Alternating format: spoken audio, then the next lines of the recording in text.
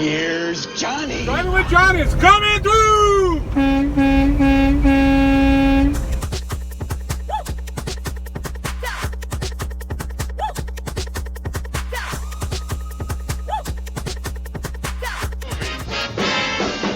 And now, ladies and gentlemen, here's Johnny. How you guys doing? I'm back. Alright, I know I got some explaining to do, but before I get started on the video explaining and apologizing for my 1.5-year hiatus, let me tell you about something. There's a company out there called Homesteadish Living Soaps and Candles. Awesome soaps. I rave about their soaps.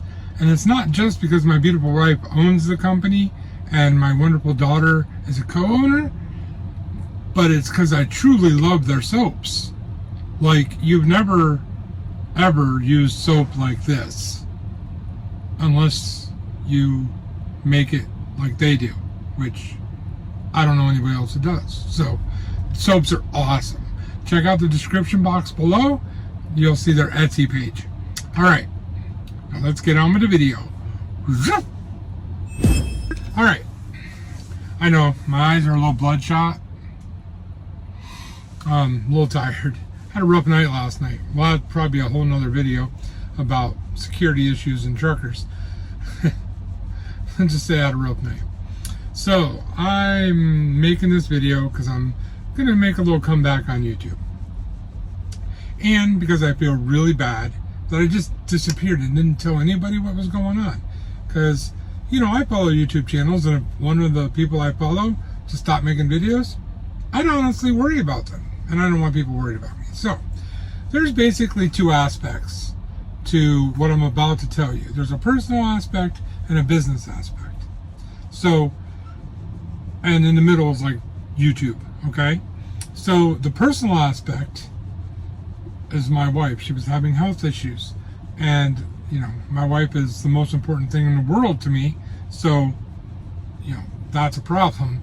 And I had just started becoming an owner-operator, and I had all this stuff to learn, and more than just drive a truck, which I already knew how to do. I can always learn more. I'm learning everything I do. But I had a good idea of how to drive a truck safely and do things properly. But when it came to owner-operator, there's a lot more in the background. A lot more. Which I'll get into in a minute. But first I'm going to cover the personal side. YouTube had to go away because it was just too much. With all the new stuff and the personal issues going on, something had to go. And I wasn't getting rid of my wife because I love her and I would never get rid of her. And I wasn't getting rid of my job because it paid the bills at home and gave us the ability to live. So YouTube had to go because I wasn't making money on YouTube. You know what I mean? I did this for fun. Though, little caveat, I'm actually going to take it a little bit more seriously now. I actually wouldn't mind being monetized. I'm going to be honest, straightforward with you guys. Never was my intention before. If I never get monetized, I'm fine with that. But if I do, that'd be nice. You know what I mean? Alright, back to the important issues. So, my wife had some health issues. I kind of alluded to it a little bit in the last few videos I made, but I never really filled everybody in because I didn't really know. So for about 8 months to 10 months, we were going through this chaotic, doctor's appointments every 3 or 4 days, all this testing. No one knew what was going on. One doctor said it could be this rare disease. One doctor said it could be that rare disease. It was crazy. Finally, we got to a doctor and they said, I'm pretty sure it's lymphoma.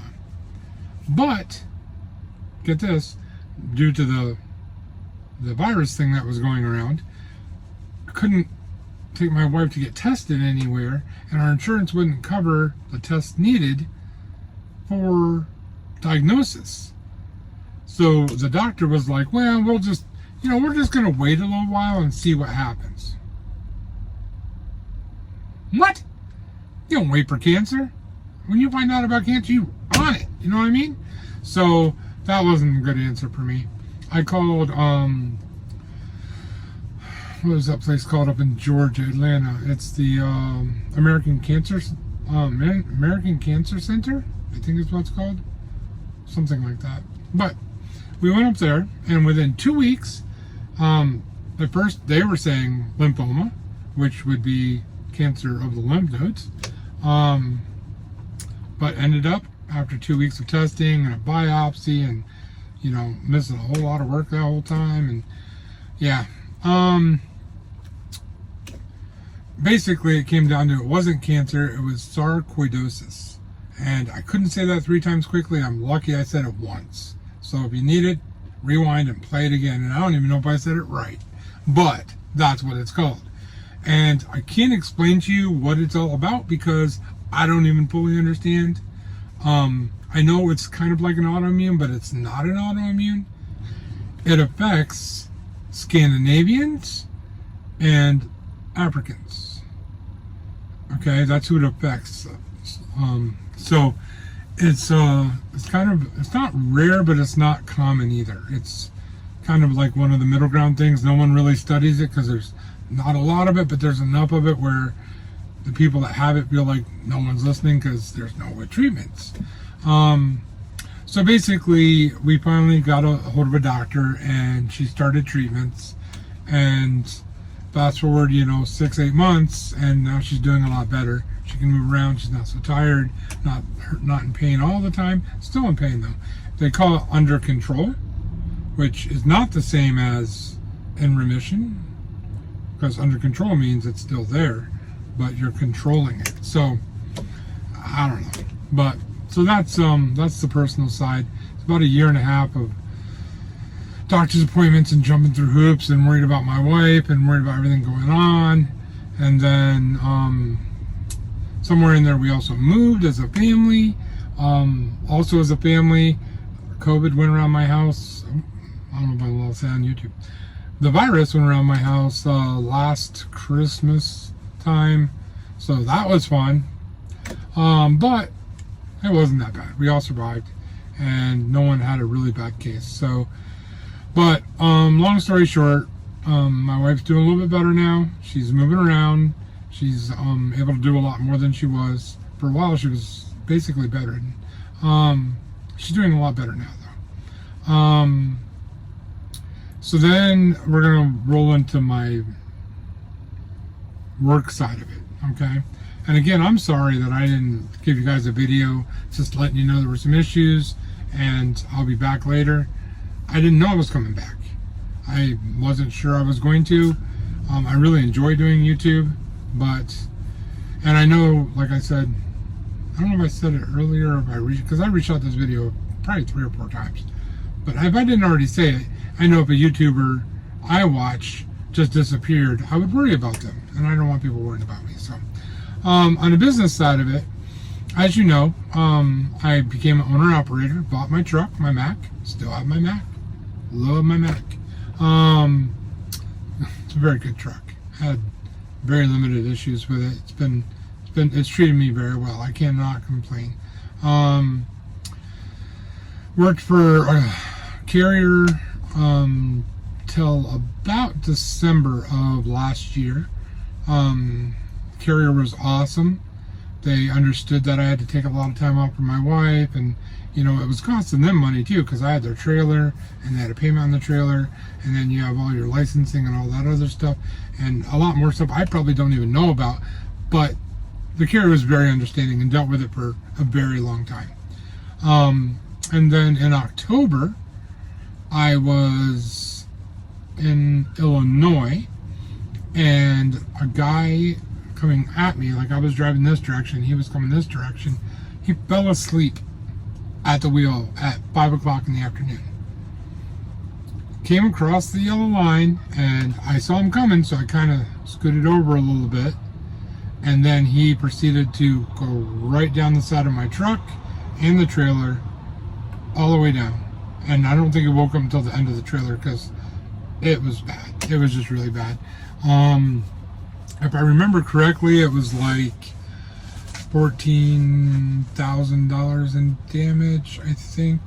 And my truck was out of commission from mid-October until basically the end of November, beginning of December. So, yeah. So that was fun. I got to spend time at home. That was kind of cool. But without money coming in, that brings on stress, and So then me and the carrier I was with kind of mutually parted ways. I have a lot of respect for that carrier. I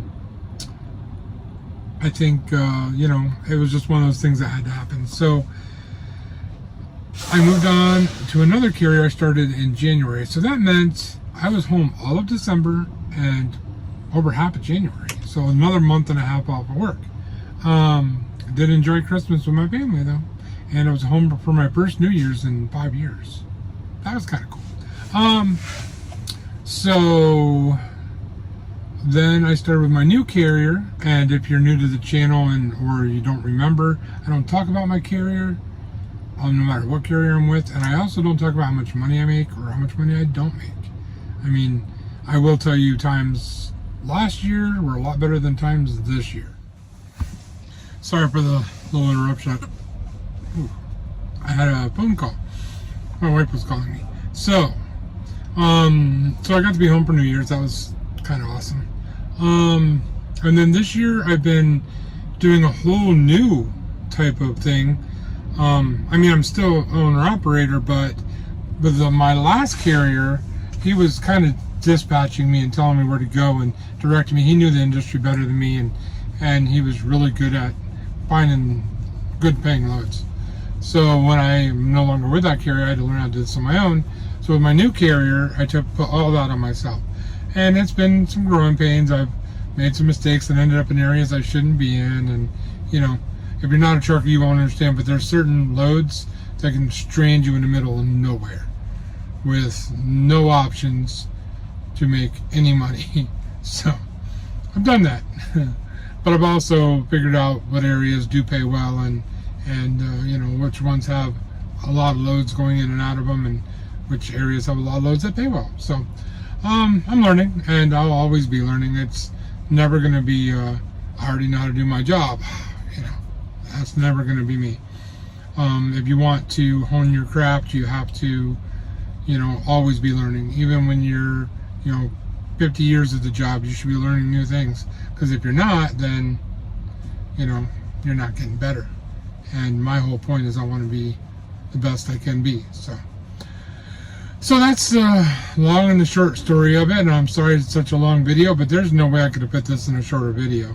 I mean, with the personal issues and the business issues and the YouTube and time off, and so it's a lot, and there's a lot in there I missed. I'm sure I'll be dropping tidbits and other videos of things I went through, but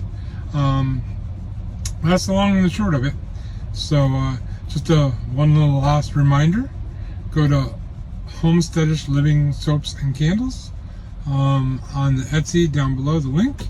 It's my beautiful wife runs it, and my wonderful daughter is the co-owner, and I'm telling you, best soap I've ever tried. Obviously I'm in a truck, so candles aren't really my thing, but I heard their candles are really awesome, and they do have massage candles for those truckers out there. You're gonna go home to see your wife, massage candles are the way to go. So but yeah, check them out. They're in the description link below. And other than that, we'll see you on the next video. I'm not sure how often, probably once a week, maybe as many as 3 times a week. I did download an app. I have the ability to go live. I might do that one of these days. So we'll see. We're gonna play it by ear, but don't give up on me. I'm not gone. And if you want to support my channel, share the videos, slam the like button, subscribe, and ring the bell. If you're on Facebook, like the videos and like my page. So that's all I really got to say. That was kind of lame. Yeah. It's been a year and a half. I totally forgot what you're supposed to do.